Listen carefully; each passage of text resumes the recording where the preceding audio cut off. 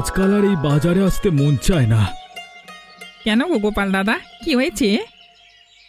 আরে সে আর বলিস কেন, মাংসের যা দাম বেড়েছে সে তো আর বলবার নয়। সে যা বলেছ, ওই খগেনের দোকানে তো দাম তো এবার আকাশ ছোঁয়া। কোথায় ছুটির দিনে একটু মাংস ভাত খাবো আনন্দ করে, তাও পারা যায় না। ওই খগেনের কথা বাদ দাও তো। জমিদার বাবুকে খাতির করে চলে কিনা, তাই ওকে জমিদার বাবু নিজের পোল্ট্রি থাকে, মানে পোল্ট্রি থেকে মুরগি ওকে দিয়ে দেয়, আর সেগুলি চড়া দামে বিক্রি করতে থাকে মানুষের কাছে। সে তো করবেই, জমিদার বাবু নিজের পোল্ট্রিতে শহর থেকে মুরগি এনে রাখেন আর তাদেরকে যত্নও করে ভালো, তাই ওসব মুরগির তো দাম হবেই। কিন্তু খগেন যা করে তা তো দিনে দুপুরে ডাকাতি। তবে রতনের দোকানের মাংস নেহাত খারাপ নয়, আমি তো নিজেই ওখান থেকে কিনেছিলাম গতবার। ঠিকই বলেছিস, ওর কাছ থেকেই মাংস নেব এরপর থেকে।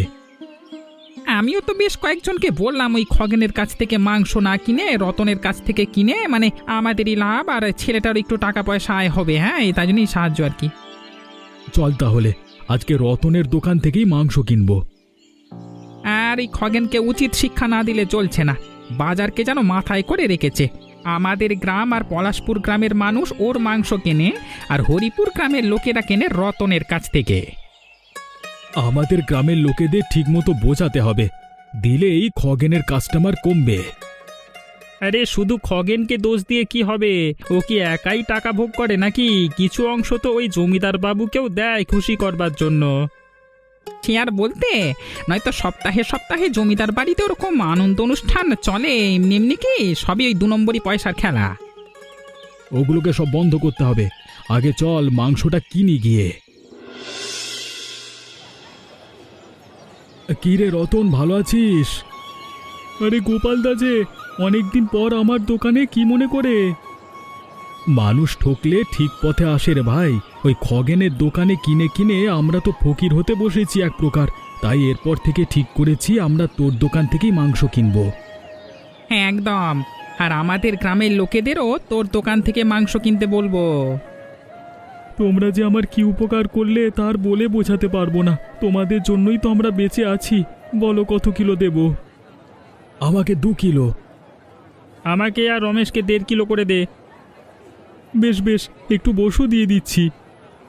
তা কত করে কিলো নিচ্ছিস তুই? আগে দাদা 220 টাকা। দেখেছো, এই একই মাংস খগেনের দোকানে 300 টাকা। মানা যায়, এই লোকগুলো হয়েছে মাথা মোটা। রতন তুই ভাবিস না, তুই ঠিকঠাক ভাবে দোকানটা চালিয়ে যা, খদ্দের জোগাড় করবার দায়িত্ব আমাদের। বাঁচালে দাদা, লোক ঠকিয়ে আমার কি লাভ? কয়েক পয়সা বেশি নিয়ে বড় লোক তো আর হয়ে যেতে পারবো না। তোদের পলাশপুরের গ্রামে সব ঠিকঠাক তো? হ্যাঁ দাদা। কোনো সমস্যা হলে আমাদেরকে জানাবি। বেশ দাদা, বেশ। কি গো, আজ তাড়াতাড়ি বাজার থেকে চলে এলে? শরীর খারাপ করছে নাকি? আরে না না, ওসব কিছু না, বরং ভালো কাজই হয়েছে। ভালো কাজ মানে কি বলতে চাইছো? একটু খুলে বলো না। সব কিছুই বলছি, তার আগে এই মাংস ব্যাগটা ধরো, আজকে একটু ভালো করে জমিয়ে রান্না করো দেখি। তুমি মাংস বিক্রি না করে ঘরের জন্য নিয়ে চলে এসেছো, ব্যাপার তো আমার সুবিধের লাগছে না। তোমার এত প্রশ্ন না মাঝে মধ্যে বিরক্ত লাগে। মেয়েটার জন্য এনেছি, আর এই মাংসটা আমি নিজের দোকানের ক্ষতি করে আনিনি। বলো। ওই খগেনের দোকানে মাংস এত দাম বাড়িয়ে রেখেছে যে লোকজন আর ওর কাছ থেকে বেশি মাংস কিনছে না। তাই তো আজকে ওই অমরপুরের গোপালদা, রমেশদা এবং দীপকদা আমার দোকানে এসেছিল মাংস কিনতে। ওদের সঙ্গে অনেকক্ষণ কথাবার্তা বলবার পর গোপালদাই আমার ঘরের জন্য মাংস নিয়ে যেতে বলে আমাকে একটু কিছু বাড়তি টাকা হাতে গুঁজে দিল। বলো কি গো, তাহলে আমাদের সোনার দিন ফিরে আসছে বলো? তাই যেন হয় গিন্নি, তাই যেন হয়।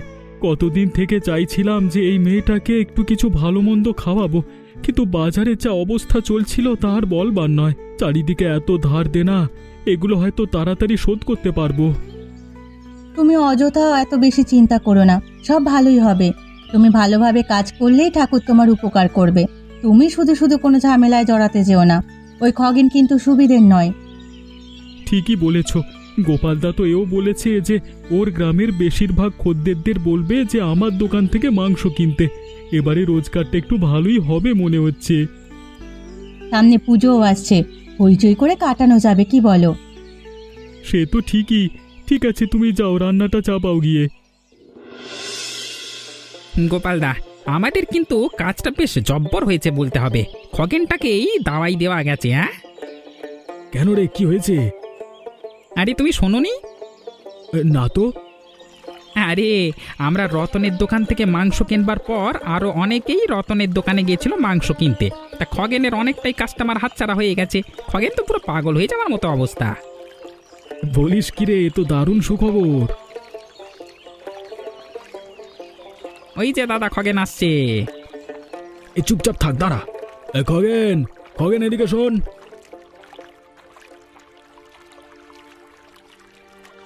কি হয়েছে, ডাকছিস কেন? এত রেগে আছিস কেন, আর যাচ্ছিসই বা কোথায়? জান নামে যাচ্ছি।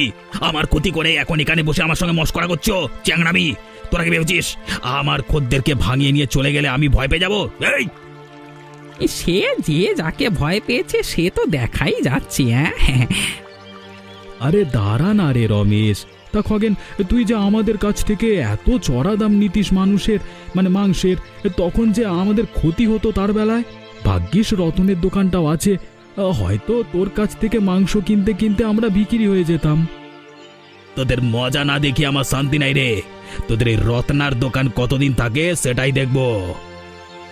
ঠিক আছে, যা তো।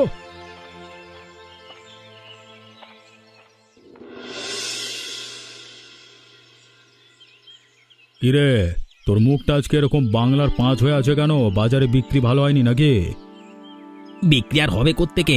সবাই তো এই রতনের দোকান থেকে মাংস কিনছে। রতনের দোকান মানে? এতদিন তো তোর কাছ থেকেই সবাই কিনতো। আমার মাংসের দাম নাকি অনেক বেশি, তাই কেউ কিনবে না। খদ্দেররা মাংস না কিনলে যে আমাদেরই ক্ষতি রে। একটা ব্যবস্থা করতে হবে তো দেখছি। ব্যবস্থা একটাই আছে, রতনকে যেভাবে হোক সরাতে হবে। সরাতে হবে মানে?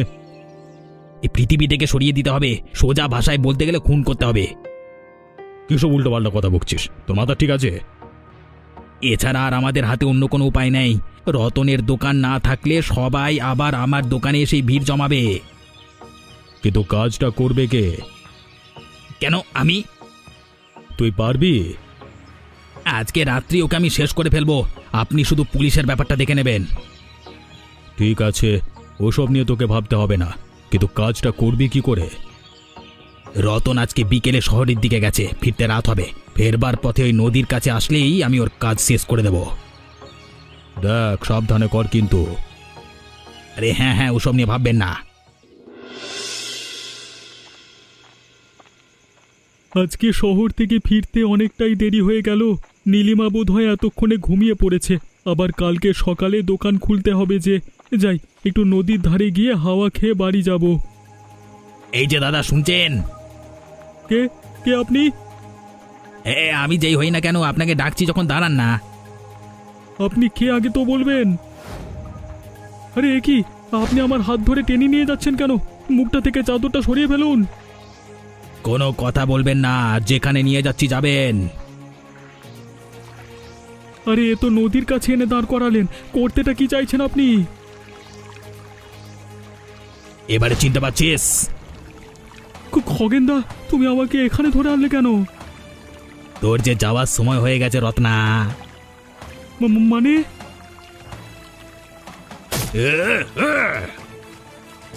বাঁচাও! এবারে জমির দক্ষিণ দুয়ারে গিয়ে বসে থাকবি পা ঝুলিয়ে। আরে আমার সাথে পাঙ্গা নেওয়ার কথা বুঝে গেলি তো এরপর। আমাকে বাঁচাও খগেনদা। এবারে তুই ওই চামচাগুলো কোথায় মাংস কিনতে যায় সেটা দেখবো। আমার সঙ্গে বেয়াদবি, মর হতচ্ছাড়া। এ আমার কি সর্বনাশ হলো গো ঠাকুর! এবার আমাদের কি হবে? আমাদেরকে ফেলে রেখে সে একা চলে গেল। এটা ভেঙে পড়বার সময় নয় নীলিমা, মনকে শক্ত করো। যে গেছে সে আর ফিরে আসবে না, তাই অযথা কান্নাকাটি করে কোনো লাভ নেই। বরং আমাদের এটা জানতে হবে যে কারা রতনের এমন অবস্থা করলো, ওদের আমরা ছাড়বো না। আর কি হবে দাদা ওসব ভেবে? আমাদের ভবিষ্যৎ অন্ধকার করে দিয়ে চলে গেল। কালকে যখন বাড়িতে এসে সুখবরটা দেয়, তখনই আমি বলেছিলাম সাবধানে থাকতে। শুনলো না আমার কথা। এখন পূজার দায়িত্ব তোমার উপর নীলিমা। আমরা তো আছি, কিন্তু তোমাকেই সংসারের সব দিক সামলাতে হবে। দরকার পড়লে একটা বিশ্বস্ত লোক রেখে মানুষের দোকানটা চালাতে হবে। লোক আমি কোথায় পাবো দাদা? সে আমার হাতে বিশ্বস্ত লোক আছে একজন। এই সামান্য কিছু ওকে মাইনে দিলেই ও মাংসের দোকানে কাজ করে দেবে। কিন্তু আমি ভাবছি এ কাজটা করলো কে? নদী থেকে ওর দেহ উদ্ধার করবার পর রতনের দিকে তাকিয়ে থাকতে পারিনি, কি বিভৎসভাবে খুন করেছে। এখনো বুঝতে পারছিস না? ওগুলো সব ওই খগেনের কাজ, আর ওকে ইন্ধন যোগাচ্ছে ওই জমিদার। ওদেরকে আগে শেষ করতে হবে, নয়তো এই গ্রামগুলোর আর কোনো অস্তিত্ব ওরা রাখতে দেবে না। কিছু বুদ্ধি খুঁজে পেলে? বুদ্ধিটা একটা এসেছে, তবে তার জন্য বুড়িমাকে লাগবে। আচ্ছা নীলিমা, তোমাদের একটা ওই পুরনো বাড়ি ছিল না? হ্যাঁ, ওই তো জঙ্গলের পেছনে। ব্যাস, ওখানেই তাহলে ওই খগেনের জীবনের লীলা শেষ হবে। কি করতে চাইছোটা কি? সব বলবো, তবে তার আগে তুই ওই লোকটাকে বলে মাংসের দোকানের কাজটা শুরু করে দে। আর কালকে রাত্রে ওই পুরনো কুঁড়ে ঘরটায় কেরোসিন ঢেলে দিতে হবে চারিদিকে। বুঝে গেছি কি করতে হবে, কিন্তু তাকে এখানে আনবে কি করে? ওটার জন্যই তো বুড়িমার কাছে যেতে হবে। চল এক্ষুনি যাই বরং আমি আর তুই। কিরে রমেশ, রতন মারা যাওয়ার পর তুই এই দোকানের হাল ধরেছিস নাকি? তাতে কি তোমার কোনো সমস্যা আছে খগেনদা? না না, আমার সমস্যা থাকবে কেন? সমস্যা তো বরং ওই নীলিমার। হ্যাঁ, মানে কার হাতে দোকান ছেড়ে দিয়েছে, এখন সব দিকে ডুববে। কিন্তু এত মুরগি, এত টাকা তোরা পাচ্ছিস করতে গেবে? সেসব খবর তোমাকে দিতে যাব কেন? না, আমাকে দিয়ে তোদেরও কোনো কাজ নেই। আর হ্যাঁ, খবর আমি একা একাই বার করে নিতে পারবো, তার জন্য তোর সাহায্য লাগবে না। রতনকে যেমন শেষ করেছ, আমাকেও কি শেষ করবার কথা ভাবছো নাকি? কে বললো আমি রতনকে মেরেছি? ওসব উল্টো পাল্টা আজগুবি গল্প আমার সামনে করবি না, আমার মটকা তাড়াতাড়ি গরম হয়ে যায়। দেখো খগেনদা, তোমার সঙ্গে আমি এখানে দাঁড়িয়ে তর্ক বিতর্ক করতে আসিনি। নীলিমা আমাদের বলেছে দোকানটা সামলাতে, তাই সামলাচ্ছি। কয়েকদিন পর নীলিমাই এসে দোকানে বসবে হিসেবপত্র নিয়ে, তখন আমি আর থাকবো না। বাপরে, তোদের সব চিন্তা ভাবনাকে পেন নাম জানাতে ইচ্ছে করছে। একটা মেয়ে ছেলে হয়েছে নাকি দোকানে বসবে, তো আবার মাংসের দোকানে? কেন, তোমার কষ্ট হচ্ছে যে মেয়ে ছেলের সঙ্গে ব্যবসা করতে, যুদ্ধ করতে হবে? এতই ভয় যখন দোকান খুলেছিলে কেন? এই রমেশ, তুই জেনে রাখ, এই খগেন কাউকে ভয় পায় না। সে যে দোকান করবে করুক, আমার দোকান ঠিকই থাকবে, আর খদ্দেরও আমার কাছ থেকেই মাংস কিনবে। তুমি যে নিজেকে মানুষ বলো কি করে, সেটাই আমি ভেবে অবাক হই। যে একটা মহিলা আর একটা বাচ্চা মেয়ের সম্বলকে কেড়ে নিতে পারে, সে নাকি মানুষ? মুখ সামলে কথা বল রমেশ। যেটা সত্যি সেটাই বলছি। ও আমার নাকি খুন করবে, সাহস আছে? কার সাহস আছে তা কদিন পরই দেখতে পাবি বে। তোদের এই দোকান কতদিন থাকে আমি সেটা দেখবো। আরে দেখো দেখো, এখন যাও এখান থেকে, যত সব। এলি রে? আমরা বুড়িমা, গোপাল এবং দিবাকর। ও তোরা, আয় আয় বস। কতদিন পর এলি? আমি তো ভেবেছিলাম তোরা আমাকে ভুলেই গেছিস। না গো বুড়িমা, তোমাকে ভুলবো কেন? বরং আজকে তোমার সাহায্য চাইতেই এসেছি তোমার কাছে। এ বুড়ির কাছে আর কি সাহায্য চাস তোরা? খগেন তোমার কাছে আসে বুড়িমা? ওই হতচ্ছাড়াটার নাম আমার সামনে নিবি না। আমার সর্বশান্ত লুট করে নিয়ে চলে গেছে। মাঝে মাঝে আসে, দেখা করে। ওই কুলাঙ্গারটা কবে যে মরবে তার আশায় বসে আছি। ওই গ্রামের রতনের কথা শুনেছ বুড়িমা? কোন রতন? মাংসের দোকান যার আছে হাটের মধ্যে? হ্যাঁ গো বুড়িমা, ওই রতন। এই একটু আগে লোকেদের মুখে শুনলাম এই কথাটা। কে যেন খুন করে ওকে নদীতে ফেলে রেখে এসেছে। ইস, ওর বউ বাচ্চারা এখন কি যে করবে। আমরা সেখান থেকেই আসছি বুড়িমা। কে খুন করেছে জানো তুমি? আমি কিভাবে জানবো বলতো বাপ? তোমার খগেন। বলিস কি? হ্যাঁ বুড়িমা, ওর মাংসের দাম বেশি বলে যখন সবাই রতনের কাছ থেকে মাংস কেনা শুরু করলো, তখন তার রাগ উঠল আর রতনকে রাত্রিবেলায় খুন করলো। ছি ছি, ওর এতটা অধঃপতন হয়েছে। ওকে জম যে কেন তুলে নেয় না সেটাই ভাবি। তাই আমরা একটা ফন্দি বার করেছি বুড়িমা, কিন্তু সেখানে তোমার সাহায্য দরকার। কি করতে হবে বল, আমি করব। তোমাকে আজকে খগেনকে তোমার বাড়িতে ডাকতে হবে, আর কথায় কথায় রতনের বাড়ির কথা তুলতে হবে। তোমাকে বলতে হবে যে রতন অনেক টাকা পয়সা লুকিয়ে রেখে গেছে তার ওই পুরনো কুঁড়ে ঘরের ভেতর, সেখান থেকেই নীলিমা সব টাকা পাচ্ছে। ওটা শুনেই খগেন সেগুলো চুরি করতে যাবে, আর তারপরেই ওর ভবলীলা সাঙ্গ করব। বেশ বেশ, তাই হবে। ওই হতচ্ছাড়াটা মরলেই শান্তি। ওর ফুটফুটে ছোট বাচ্চাটার বাবাকে ওভাবে কেউ খুন করে? ওদের পরিবারকে জলে ভাসিয়ে দিল পুরো। দুঃখের কথার কি বলবো বলো, আমরা যতটা পেরেছি নীলিমাকে সাহায্য করছি। আমিও তোদের সঙ্গে আছি, কোনো অসুবিধে নেই। তুমি শুধু আজকের মধ্যে কাজটা করে দাও, বাকিটা আমরা দেখে নেব। শুধু আমার একটু কষ্ট হবে, আমার নিজের ভাইয়ের ছেলে খগেন, তাই নয়তো ওই ছেলেকে আমি অনেক আগেই শায়েস্তা করে দিতাম। ওই জমিদারের পাল্লায় পড়ে আজ ওর এ অবস্থা হয়েছে। এতটা বার বেড়েছে ওর। সে আর তুমি কি করবে? ঠিক আছে, আমরা তাহলে আসি।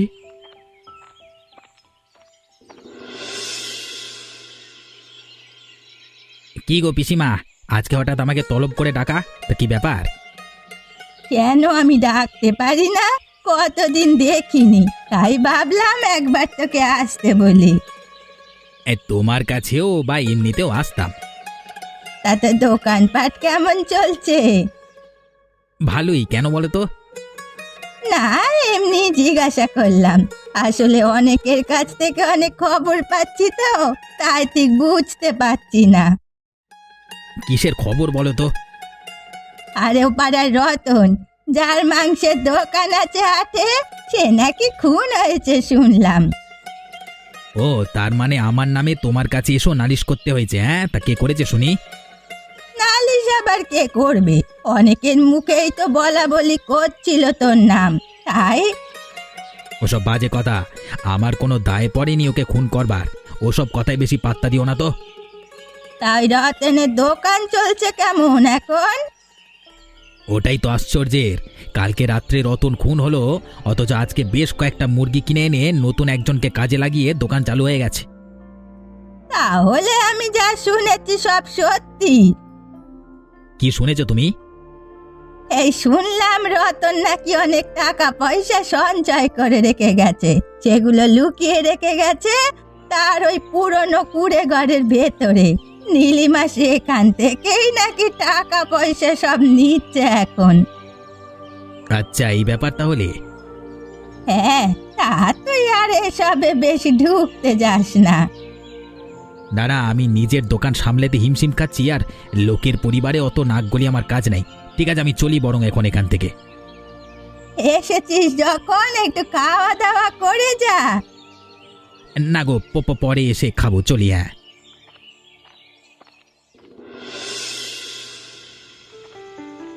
বুড়িমার কাছে ভালো খবরটাই পাওয়া গেছে। তাহলে রতনকে খুন করেছি, এবার তার সমস্ত টাকা পয়সা চুরি করে নিতে পারলি কেল্লাফতে।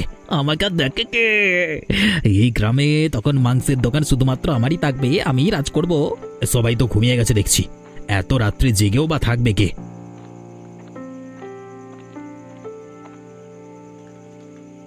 ওই তো কুঁড়ে ঘরটাও দেখা যাচ্ছে, ভেতরে ঢুকে পড়ি।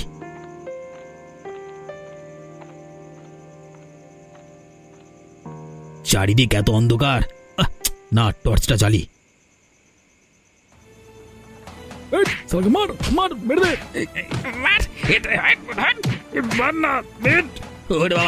ওরে বাবা, লাগছে। কিরে খগেন, জানতাম তুই আসবি, তাই তো বুড়িমাকে দিয়ে এই মিথ্যে গুজবটা ছড়িয়ে দিয়েছিলাম। আমাদের কথা তো বিশ্বাস করতিস না, তাই বুড়িমাকে দিয়েই বলালাম তোকে। তোদেরকে আমি দেখে নেবো। আমাদেরকে দেখা এত সহজ নয়, অনেক দেখেছো তুমি বাবা জীবন। এবার যে আমাদের দেখানোর পালা। নাটকটা তুই শুরু করেছিলি, শেষটা আমরা করব। এই রমেশ, বাঁ দেখে।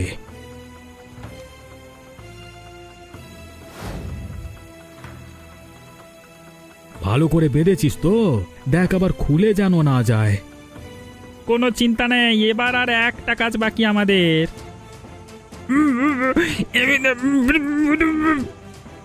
চুপ কর বেয়াদব। একজনের ক্ষতি করে এখনো তোর শান্তি হয়নি? চল তোরা এই জানালাটা বন্ধ করে দে, আর দরজাটা আমরা বাইরে থেকে লাগিয়ে দিচ্ছি।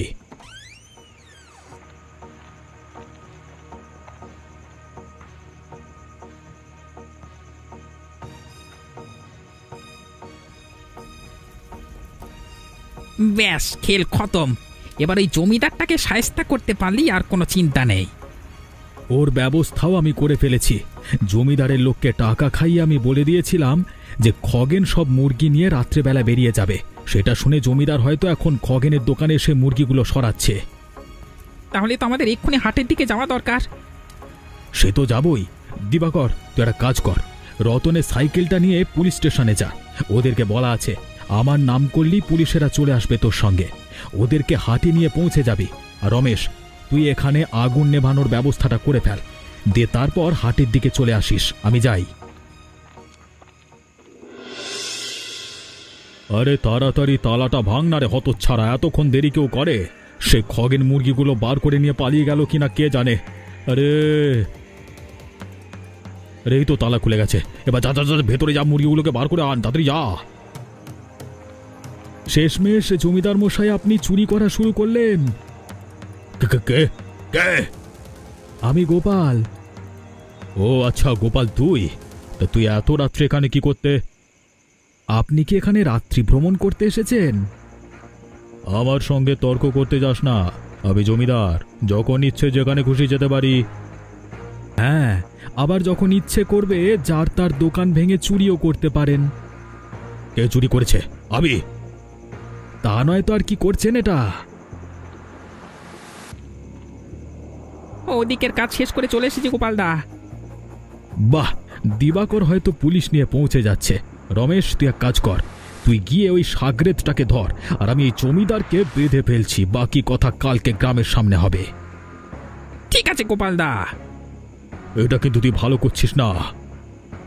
আপনি আর ভালো খারাপের উদাহরণ দেবেন না জমিদার মশাই, আপনার কুকীর্তি সব ধরা পড়ে গেছে। অত বেশি কথা বাড়িয়ে লাভ নেই, তাড়াতাড়ি তোকে যেটা বললাম সেটা কর। আপনি যে আমাদের পাতা ফাঁদে পা দিয়ে দেবেন আর ধরাও পড়ে যাবেন এত সহজে তা ভাবিনি। এবার জেলের ভাত হজম করতে পারেন নাকি দেখুন। যাক, এক রাতের মধ্যে দুটো অসভ্য লোক শাস্তি পেয়েছে। ভাগ্যিস গোপাল, রমেশ আর দীপাকর ছিল, এই তিনটে গ্রাম বেঁচে গেল বাবা তোদের জন্য। ওসব কিছু নয় বুড়িমা, সবই গোপালদার বুদ্ধি। হ্যাঁ ঠিক। শোনো, পুলিশদের সঙ্গে কথাবার্তা হয়ে গেছে। এরপর থেকে খগেনের দোকানটাও নীলিমার নামে হয়ে যাবে। একটাই বড় দোকান মাংসের থাকবে ওই হাটের মধ্যে। এটা তো আমাকে আগে বলনি গোপালদা। আমি এইমাত্র থানা থেকে খবরটা নিয়ে আসছি। একদিক দিয়ে ভালোই হলো, তবে একটা কথা বেশ পরিষ্কারভাবে বোঝা গেল, মানুষদের ঠকিয়ে কেউ কোনোদিন সুখ পেতে পারে না। অন্য মানুষদের ক্ষতি করেও সেটা সম্ভব নয়। নিজের কাজটা ঠিক মতো করলেই ওপরওয়ালা আপনা আপনি আশীর্বাদ করবেন। সত্যি রতনটার জন্য খারাপ লাগছে, তবে নীলিমা তোমার কোনো চিন্তা নেই।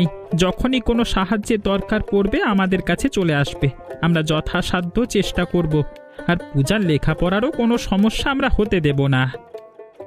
যাক, একটা গতি হলো সংসারটার। বৌমা, তুমি বেশি দুঃখ পেও না। রতনের আত্মা কালকেই শান্তি পেয়ে গেছে। ওরা দুজনেই ধরা পড়েছে। খগেনটার উপযুক্ত শাস্তি হয়েছে।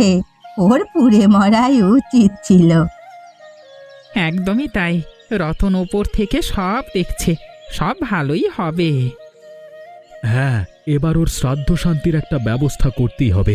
আমরা ওদিকটা দেখে নিচ্ছি। হ্যাঁ হ্যাঁ, চলো কাজে লেগে পড়ি। এমনই সব ভালো ভালো মজার গল্প দেখতে হলে আমাদের চ্যানেলটিকে সাবস্ক্রাইব করতে ভুলবেন না যেন।